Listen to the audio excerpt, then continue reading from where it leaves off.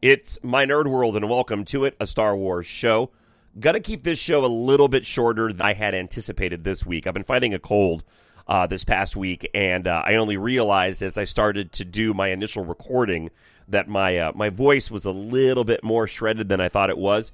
I do want to get to one particular aspect of the latest episode of Andor, Episode 5, The Axe Forgets. And so again, going to keep this episode just a little bit shorter than normal, but I definitely want to get out a bit of commentary on this week's episode. So let's not waste any more time and get to it.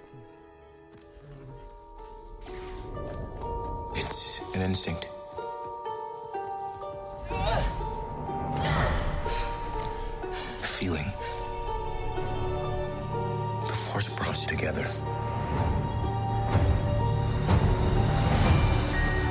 We're not alone. Good people will fight if we lead them. People keep telling me they know me. No one does. But I do.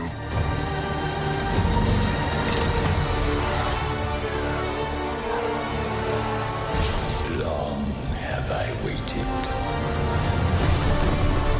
And now, you're coming together.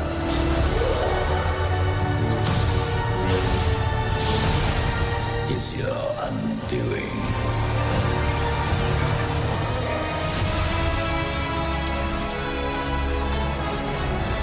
Confronting fear is the destiny of a Jedi.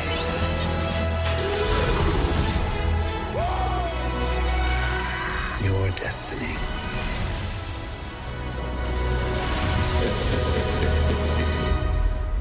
The Force will be with you. Always. My nerd world. It is my nerd world, the Star Wars show, and I'm glad you are with another episode this week. As I mentioned earlier, I'm fighting a bit of a cold and had started doing the recording and realized that my voice was in a little bit rougher shape than I had expected. So I had anticipated doing a much longer episode this week, but for the sake of saving my voice, I'm going to keep it down to just the core topic of what I wanted to talk about this week in The Axe Forgets, Episode 5 of the Andor series. I really am loving this series, and I can't wait to see the finale of this current 3-episode arc as we lead into the rebellion heist of the Imperial complex and the attempt to go and steal the payroll from the Empire. This is the Game of Thrones-esque series that I had been hoping that we would see. If I had any complaints, doing that thing with my fingers, of the show, I would probably say that I wish that there were a little bit more adventure. I'd like a little bit more, pew-pew and a little bit more space action. I get the feeling we'll get that coming up in the next episode and probably in future shows. But that being said, that isn't necessarily what this show is geared towards. And I really am enjoying it for that very reason.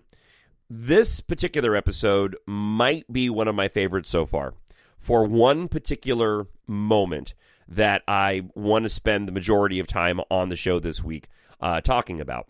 Now, I'm going to say up front, I'm going to break with tradition here and talk politics. I don't normally do that on the show. That being said, for those that aren't aware, I am a conservative news talk show host Monday through Friday on Twin Cities News Talk here in Minneapolis. That's who I am. So it comes out in my commentary about Star Wars. I do agree with many individuals that Star Wars is political, but there is something very unique about the way that Star Wars handles this that I appreciate. I absolutely disagree with individuals who say that you can't be conservative and love Star Wars. Couldn't disagree with that more. And I'm going to address a bit of that in my commentary of one particular scene in The Axe Forgets that I really, truly enjoyed. The scene that I'm referring to is one about midway point in the show where Cassian Andor, clemmed to his rebellion, is having a conversation with Avril and Karis Nemik. Nemik is looking at a piece of navigational equipment, and Avril mentions mentions that Karis Nemec is writing a manifesto. So here is the scene that I want to talk about for the show this week. He's writing a manifesto. Did he tell you? Apparently the only thing keeping us from liberty is a few more ideas. A few more ideas. I mean, it's so confusing, isn't it? So much going wrong, so much to say, and all of it happening so quickly. The pace of repression outstrips our ability to understand it, and that is the real trick of the Imperial thought machine. It's easier to hide behind 40 atrocities in a single incident, but they have a fight on their hands, don't they? This moment really stuck out to both myself and my wife, Melinda.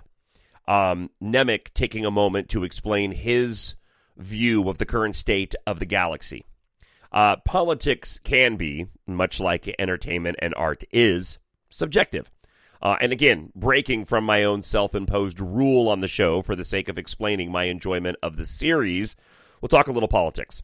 While some of the cast have said that Tony Gilroy crafted a Trumpian world in writing the story for Andor, in my opinion, that's a bit of gaslighting going on. To a lesser extent, Gilroy himself said that Mon Mothma is akin to Nancy Pelosi in his mind, where I would personally go and cite a Marsha Blackburn or a Kristi Noem as it relates to Mon Mothma. Star Wars has always been political, but what was great about what George Lucas did is now lacking in much of the current woke content that is shoved in everyone's faces on a lot of different IPs. George Lucas, and in this case Andor, provided the themes, and it allows the viewers to go and make their own case based on the story. In this case, what Karis Nemec described as so much going on so quickly, the pace of oppression outstrips your ability to understand it. It's easy to hide behind 40 atrocities than a single incident. As someone who covers the news Monday through Friday full time, I can 100% relate to this. In the case of Andor, the connectivity to this particular viewer isn't fan service. It isn't seeing our favorite characters return. It isn't my favorite aspect of the Star Wars universe with ships and space battles. No, in the case of Andor, it is the ambiguity in the reflection of our modern times that draws me in. It makes me relate to the struggle of these compelling characters, what they are laying out in terms of what they're dealing with an oppressive galaxy, all while taking place in that galaxy far, far away that I personally can't get enough of. Now, I know that there are plenty of individuals that will take what Nemec said and they will apply it to their own perhaps liberal view, and that's cool. For the record, I don't mind if you disagree. I think that we've lost our way in America in the ability to say we agree to disagree. I'm also not looking to invite debate on this. I'm just basically sharing my views on the subjectivity of Star Wars for me, and you can go and make of that what you will. But it was this moment in Andor that I truly, truly enjoyed, and that really adhered me to the struggle of these characters. Because for me, in what I do on a Monday through Friday basis, I feel like there's my own struggle to provide for my family and push back on the policies that I absolutely disagree with that are causing so many issues within our country and around the globe. And again, George Lucas has always, and I don't deny this, has always injected Star Wars into his politics. And I know that George Lucas is a liberal, but again, I really appreciated the fact that George would go and not beat you over the head with it. It was commentary that was subtle enough to allow the viewer to take away what they wanted to. And that level of subjectivity is still invited from the content creators to the individuals that go and consume that content. And I, for one, am just truly excited to see what the rest of Andor has to offer in terms of this type of commentary and ultimately where the story is going. As I mentioned last week on the show, I really love the fact that once this is complete, we're going to have these 24 episodes over 2 seasons leading right into Rogue One, which goes right into the original trilogy, and this huge chunk of storytelling that as somebody who loves Star Wars as dearly as I do, can then go and consume and watch as one big, massive, cohesive story. I will save some of the other stories that I had this week. There's a really great article from Entertainment Weekly in defense of The Rise of Skywalker. Always down for a good defense of The Rise of Skywalker. Also, a best-selling romance novel inspired by fan fiction about Star Wars.